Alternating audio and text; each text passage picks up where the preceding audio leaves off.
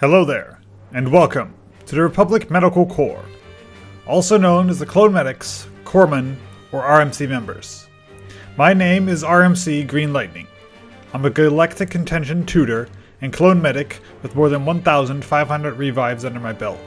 And today, I will be in charge of briefing you shiny medics about how to play medic. But even for those of you who are planning on transferring to a different branch, like the Z6 gunners over there in the back, we'll be able to take away something from this briefing. If not how to play medic, then how to play around your medic. So, without further ado, let me explain the topics of today's briefing. We will be going over the basic medic kit, the roles of a medic on the battlefield, how to utilize the kit most effectively, and how to play around your medic. Chapter 1. The Basic Medic Kit. In this chapter, we will be exploring the basics of the Clone Medic Kit. We will be talking about weapon choice, bandages, a medic's best friend, medical tablet, and Bacta. So, let's dive straight in with weapons choice. On most deployments, Clone Medics will have the choice between two weapons, the DC-15S, a short carbine equipped with a scope, and the DC-15A, a rifle equipped with an adjustable hollow sight and bipod. Though both weapons have their own strengths and weaknesses, the RMC recommends the use of the DC-15A in most cases. As a medic, you will often find yourself in the thick of the battle, with close quarters combat being far more common than long-range duels.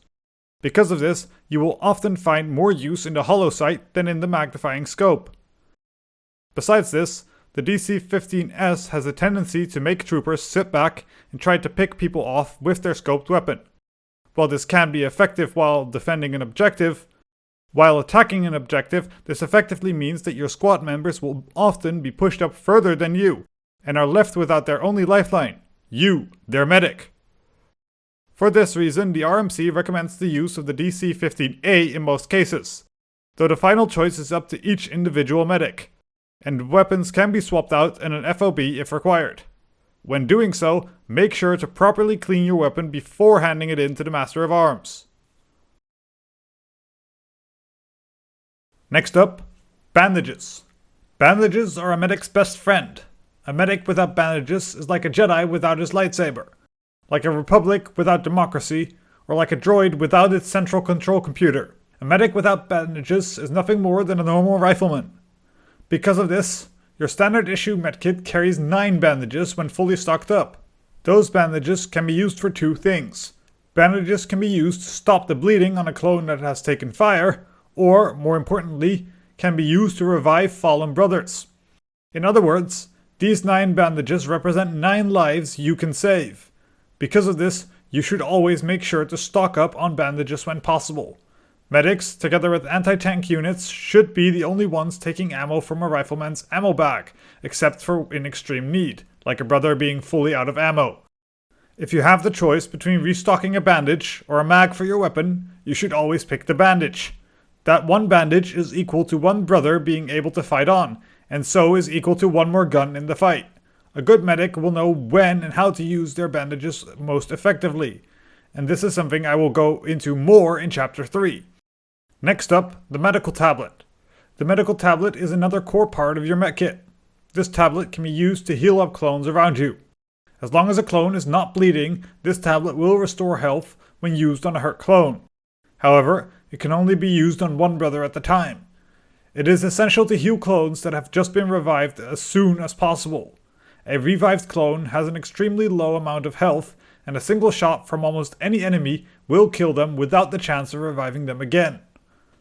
Because of this, it is important to try and revive clones in safe spots or while being covered by others, and to then heal them as fast as possible, at least to have health. Depending on the type of clone, this may take some time, but a good medic knows that healing is just as important as bandaging. When healing a commando, it is advised to ask other medics for help, preventing you from spending the next hour healing them to full health. The final important part of your medkit is your Bacta canisters. Bacta canisters provide a quick burst of healing, but are heavy and can only be carried in small numbers. Because of its value, only clone medics are authorized to distribute Bacta, though most clones carry 1 or 2 canisters on them at all times. Because of the restricted use of Bacta, it is important to make sure your fellow troopers are stocked up whenever possible. You can do this by placing down a rack of Bacta canisters for them to restock from. You yourself can restock this rack at an ammo resupply point, or will be issued a fully loaded one whenever you visit your main base. Besides this, medics carry the standard clone loadout containing one thermal detonator, a couple of smoke grenades, which I will talk about more in Chapter 3, a vibroblade and a shovel, and on certain deployments you will be issued a set of binoculars. Chapter 2. The role of the medic on the battlefield. Now that we have talked about our equipment, let's talk about our job. Medics are the lifeblood of the GAR. Every infantry squad should be equipped with at least one medic at all times. It is our job to make sure that at the end of the day, everybody makes it back to base. Because of this, we have to find a balance between self-sacrifice and self-preservation. We need to know who we can save and who is out of reach. We should never be the first in the room, but also never be the last. We are the quick reaction force, and because of this, we have to think carefully about where we position ourselves. As mentioned before, a medic should almost always be with their squad. We are not snipers or anti-tank. We do not roam out on missions of our own. We may split off from our squad occasionally if somebody needs our help, but we need to carefully weigh the risk and the time that would take against the chance of our squad encountering combat. A good medic knows when to take risks, and takes steps to mitigate those risks as much as possible. This is why all medics are trained to not treat wounded brothers out in the open, but to instead drag them to a safe space before treating them. This lowers both the chance of the medic getting taken out, as well as the chance of the trooper being shot instantly after reviving him. When facing heavy enemy fire, consider asking a squad leader or commando to drag the wounded person to cover so that you can treat their wounds. These clones have more health than the average trooper, and therefore have a lower chance of also getting wounded. If a trooper drags somebody to cover for you, make sure to heal them up afterwards, so that they don't die after because they helped you. Besides all this, medics have a secondary role to fulfill.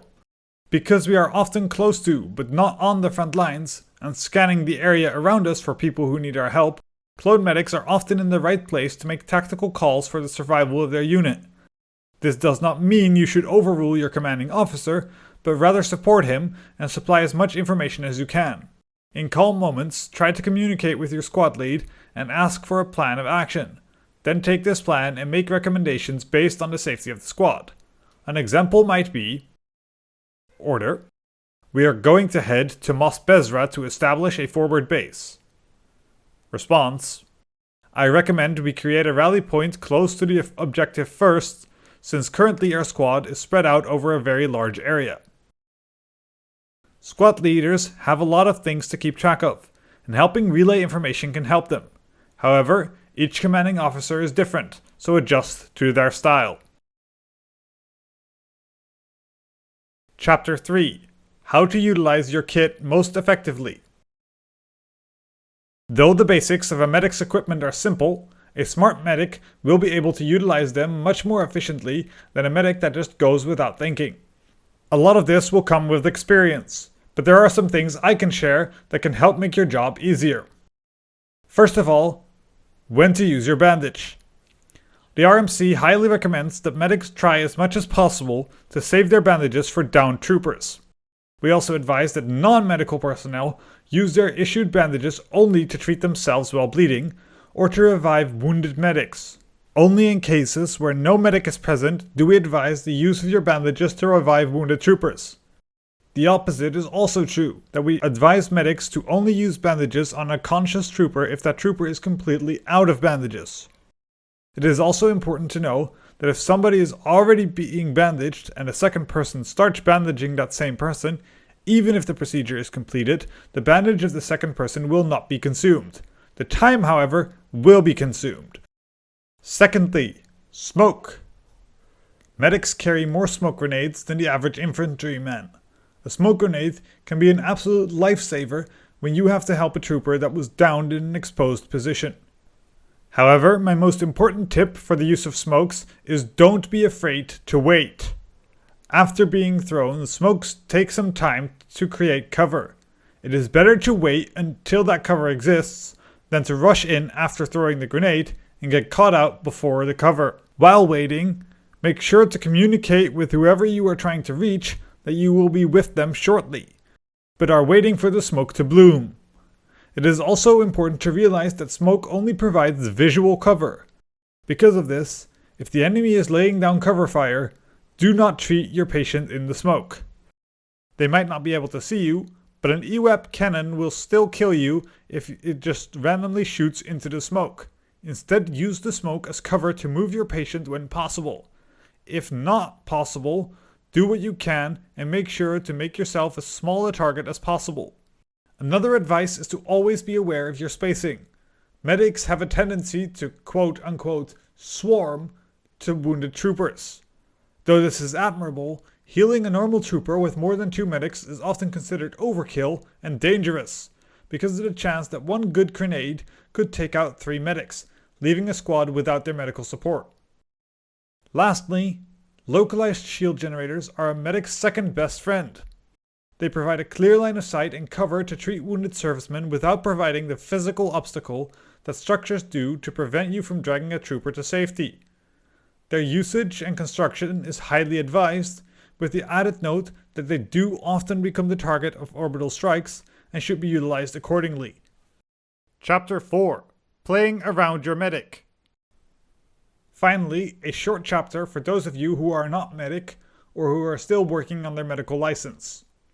When working with a medic, please realize that they are clones just like you. We can only heal or revive one person at a time. We are no Jedi healers after all. Please give us the time to get to you and patch you up. And don't give up. This is especially the case while we are treating you. There is nothing more frustrating for a medic than people who give up right in front of us or while we are bandaging them. It is also a good idea to give your medics priority when ammo is limited. We understand that if you don't have any ammo for your gun anymore, you will take some. But if it's the choice between you having a 5th full magazine or us having 2 extra bandages, those bandages might have more impact, especially if the ammo has come out of a rifleman's ammo bag.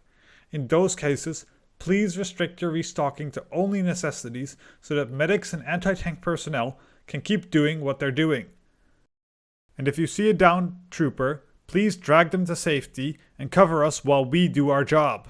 Save your bandages for when you are bleeding out. We will take care of your friend as long as you take care of us. With all that being said, we hope you found this briefing useful, and we hope to see you on the battlefield soon. I want to give a special thanks to the people who helped me make this video, including Forky for the awesome gun models, and Arn and Toaster for the feedback. If you have any questions, feel free to message me either below this briefing video or on the Galactic Contention Discord. From all of us here at RMC, good hunting, and for the Republic.